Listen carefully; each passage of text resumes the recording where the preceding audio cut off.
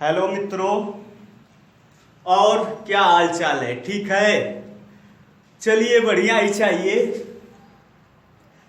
आज देखिए हम स्टार्ट करने वाले हैं संस्कृत के वर्णमाला को। किसके?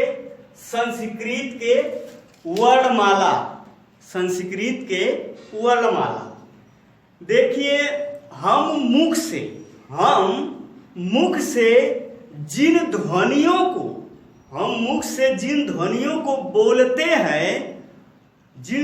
को बोलते हैं उसे वर्ण या अक्षर कहते हैं। और इन्हीं वर्णों को एक सार्थक क्रम में व्यवस्थित कर देना, या फिर जो इन्हीं वर्णों को एक माला के रूप में व्यवस्थित कर देना, ये हमारा क्या कहलाता है? वर्णमाला कहलाता है। क्या कहलाता है? वर्णमाला। वर्णमाला का मतलब वर्ण या अक्षर, माला जो हम पहनते हैं। इन्हीं वर्णों को जो एक सार्थक क्रम में व्यवस्थित कर देना या माला के रूप में व्यवस्थित कर देना, ये क्या कहलाता है? वर्णमाला कहलाता है। क्या कहलाता है? वर्णमाला।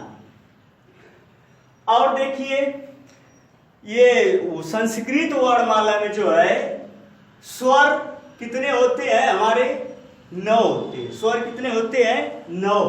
और व्यंजन कितने होते हैं? 33। कितने होते हैं?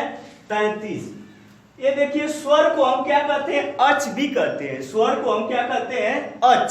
अच प्रत्याहार के अंतर्गत जो है हमारे सभी स्वर आ जाते हैं, इसीलिए इसको जो है अच कहा जाता है। व्यंजन को हम हल कहते हैं। हल इसलिए कहते हैं कि हल प्रत्याहार में जो है हमारे सभी व्यंजन वर्ण क्या करते हैं? आ जाते हैं। सभी व्यंजन वर्ण आ जाते हैं, इसीलिए जो इसको हल कहते हैं। देखिए इस स्वरों को जो है हमने वर्गीकरण किया है। ये देखिए पिछली बार जो है 2018 में यूपी टेट में पूछा था कि जो है निम्नलिखित में से जो है कौन से जो है वर्ण का जो है दीर्घ रूप नहीं होता है। तो हमारा लृ है। जैसे देखिए अ, ई, उ, री, लृ।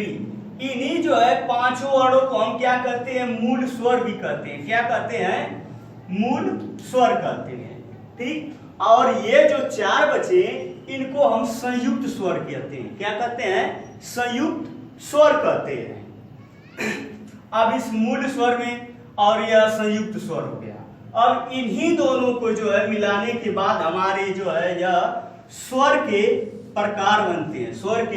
प्रकार बनते हैं।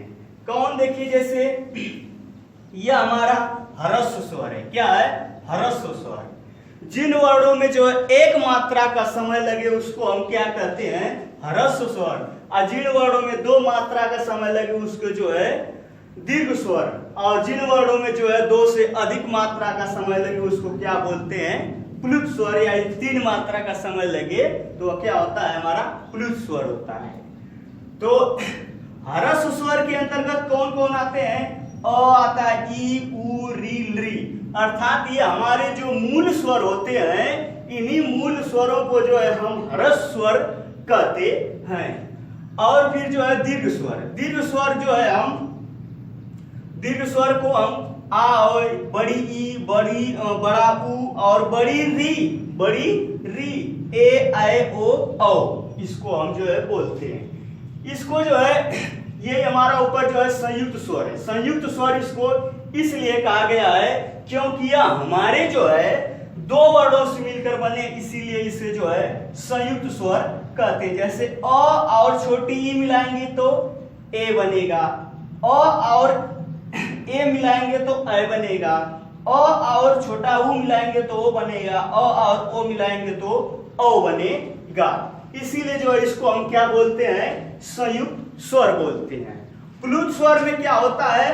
प्लुत स्वर का प्रयोग हम जो है किसी नाटक या मंचन के माध्यम से करते हैं तो हमारा जो है प्लुत स्वर कहलाता है। इसमें जो है 3 मात्रा का समय लगता है। और आ जाते हैं व्यंजन में। व्यंजन में व्यंजन को जो है 4 वर्गों में बांटा गया है। स्पर्श व्यंजन, ऊष्म व्यंजन, अंतस्थ व्यंजन, संयुक्त व्यंजन। स्पर्श व्यंजन का मतलब है हमारा है कि क से म तक। क से म तक का तात्पर्य यह है कि क वर्ग और जो है च वर्ग और जो है हमारा त वर्ग, ट वर्ग, प वर्ग, इस तरह। अर्थात कहने का तात्पर्य है कि क से वर्ग का पूरा क ख ग घ अंग, च से च छ ज झ इय, और फिर ट से ट ठ ड ढ अड़, त से त थ द ध न, प से प फ ब भ म। अर्थात जो है हम कह सकते हैं कि क से और म तक जाने में जो हमें किन्हीं 25 वर्णों को जो है पढ़ना पड़ता है। तो अर्थात स्पर्श व्यंजन के अंतर्गत कितने आते हैं? 25 आते हैं। ऊष्म व्यंजन के अंतर्गत जो है हम 4 वर्णों को रखते हैं। इसको 4 वर्णों को, बड़ा स, मूर्धन्य स और छोटा स और ह, इसको हम क्या कहते हैं? ऊष्म व्यंजन कहते हैं। अंतस्थ व्यंजन में हमारा आता है य, र, ल और व आता है, यह हमारा अंतस्थ व्यंजन। संयुक्त व्यंजन में हमारे केवल 3 वर्ण आते हैं, छ, त्र, ज्ञ। और जो स्रव कहते हैं लोग, वो स्रव हमारा हिंदी में होता है, संस्कृत में नहीं होता है। तो छ, त्र, ज्ञ ये हमारा, इसको संयुक्त व्यंजन इसलिए कहा जाता है क्योंकि यह 2 वर्णों से मिलकर बना होता है। किससे? आधा क से और मूर्धन्य स से। तो छ और ये आधा त और र से त्र, ज आधा और य से ज्ञ, इसको जो है हम संयुक्त व्यंजन कहते हैं। अच्छा, अब यह क्वेश्चन बहुत बार यहाँ से वर्णमाला जो है पिछली बार भी पूछा गया था कि वह कौन सा स्वर है जिसका दीर्घ रूप नहीं होता है। तो हमारा लृ एक ऐसा वर्ड है जिसका दीर्घ रूप नहीं होता है। और अ का दीर्घ रूप क्या होता है?